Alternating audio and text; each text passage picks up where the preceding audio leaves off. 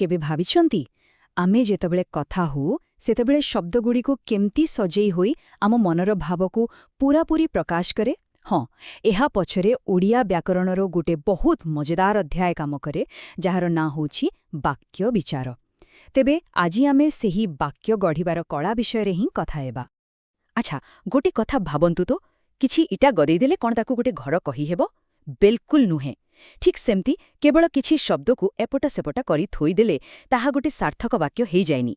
ताहाले सेमिति की नियम अछि जहा एई शब्दर गदाकू गोटे सुंदर अर्थपूर्ण वाक्यरे बदलै दिए? आसंतु एहा भितरकू जिबा। आजिर आलोचनारे आमे कोन सबु देखिबा? प्रथमे वाक्य गठनर तीनोटी मूल नियम, तापरे गठन हिसाबरे वाक्य केते प्रकारर, तापरे वाक्यर काम कोन, और शेषरे गोटे वाक्य को अलगा अलगा रूप केमिति दिया जाए। जे कोनोसी भल जिनिस तयारी पाई गोटे भल नक्शा दरकार। वाक्य पाई भी ठीक सेमिति तीनोटी बहुत जरूरी नियम रहिछि। हाँ, तो एई तीनोटी हेउछि वाक्यर तिनी मुख्य खुंट। प्रथमे योग्यता, द्वितीयरे आकांक्षा और तृतीयरे आसक्ति। मने रखिबाकू हेबो ए तीनिटा भितरु गोटे भी नथिले शब्दर समाहार केबे भी गोटे सठिक वाक्य होई पारिबनी। तेबे प्रथम नियम हेउछि योग्यता। एहार सीधा सीधा अर्थ हेला वाक्यरे जेउ पदगुड़िक अछि सेमानक भितरे गोटे जुक्तियुक्त संपर्क रहिबा दरकार। माने कथाटा सुनिले लागिबो जे हाँ एमिति हेई पारे। ए उदाहरण को देखिले कथाटा पूरा सफा होई जिवो। देखंतु, गछटी पानी रे जळीगला। एमती केबे हुए कि पानी रे तो किछि जळेनी। एठी योग्यतार अभाव रहिछि। किंतु जेतेबेले कहुचे गछटी नियारे पोड़ीगला, एहा एकदम ठीक, कारण एठी पदगुड़िक भितरे अर्थगत मेल रहुछि। द्वितीय नियम हेला आकांक्षा। एहार मान्य हेला वाक्यटा अधा रहिजिबा उचित नुहे। सुनिबा लोकर मनरे जेमिति आउ किछि जानिबार इच्छा बाकी न रहिबो। गोटे पद सुनिबा परे आउ गोटे पद सुनिबाकू जेउ आग्रह ताहा ही आकांक्षा। एटी देखंतु, जदि केही कहे मदन सहित तुरंत मनकू आसिबो अरे मदन सहित कोन किए? एटी कथाटा अधूरा लागुछि, माने आकांक्षा पूरा हेउनी। किंतु जेतेबेले कुहा जाउछि मदन सहित तांको बापा आसिबे, वाक्यटी संपूर्ण लागुछि, मनर आकांक्षा मेंटी जाउछि।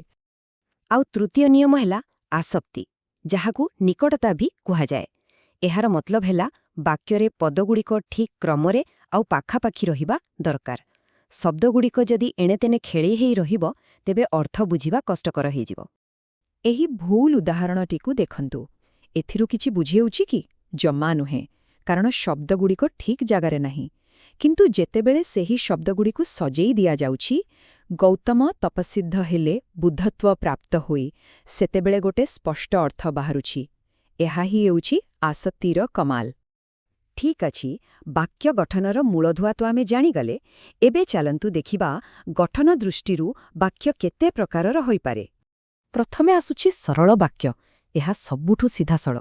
एथिरे केवल गोटिए मात्र समापिका क्रिया थाए, माने जेउ क्रिया वाक्यकू शेष करे आउ एहा गोटिए संपूर्ण भाव प्रकाश करे। तापरे आसे यौगिक वाक्य। इठारे कौन हुए ना, दुई किंबा ताठू अधिक सरल वाक्यकू ओ, किंतु, मात्र भली शब्द द्वारा जोड़ी दिया जाए। आउरी सबुठु मजार कथा हेला एहार प्रत्येक अंश निजे गोटिए गोटी स्वाधीन वाक्य, सेमाने एका भी रही पारिवे। आउ एहा हेउछि जटिल वाक्य। एथिरे गोटिए मुख्य वाक्य थाए, जहाकू प्रधान खंड वाक्य कुहा जाए, एवं ता उपरे निर्भर करुथिबा आउ गोटिए बा एकाधिक अप्रधान खंड वाक्य थाए। एही अप्रधान वाक्यगुड़िक मुख्य वाक्य उपरे निर्भरशील। एही टेबुल रे तीनोटी जाक प्रकारर वाक्यकू बहुत सुंदर भावे देखा जाइछि। देखंतु, सरल वाक्यरे गोटिए समापिका क्रिया, यौगिकरे दुईटी स्वाधीन वाक्य, आउ जटिलरे गोटिए प्रधान ओ अन्यटी अप्रधान। हाँ, आउ गोटे कथा, जेतेबेले यौगिक ओ जटिल वाक्य मिसी जाए ताकू मिश्र वाक्य बोली मध्य कुहा जाए। वाक्यर गठन विषय तो जानिले, किंतु आमे वाक्य काहींकी व्यवहार करू? एहार उद्देश्य कौन? चालंतु एबे से विषय आलोचना करिबा। देखंतु, आमे अलगा अलगा कामो पाई अलगा अलगा प्रकारर वाक्य व्यवहार करू। किछि तथ्य देबा पाई विवृत्ति सूचक, किछि पचारिबा पाई प्रश्न सूचक, आश्चर्य हेले विस्मय सूचक, मना करिबा पाई नास्ति सूचक, आउ आदेश बा अनुरोध पाई आदेश सूचक वाक्य व्यवहार करा जाए। व्याकरणर एही अंशटी बहुत मजादार। ଏହା ହେଉଛି ବାକ୍ୟର ରୂପାନ୍ତରଣ। ଏଠାରେ ଆମେ ଶିଖିବା ଯେ ଗୋଟିଏ ବାକ୍ୟର ମୂଳ ଅର୍ଥକୁ ସମାନ ରଖି ତାର ରୂପକୁ କେମିତି ବଦଳାଯାଇପାରିବ। ଗୋଟେ ଉଦାହରଣ ନେବା। ଏହି ବିବୃତିମୂଳକ ବାକ୍ୟଟିକୁ ଦେଖନ୍ତୁ।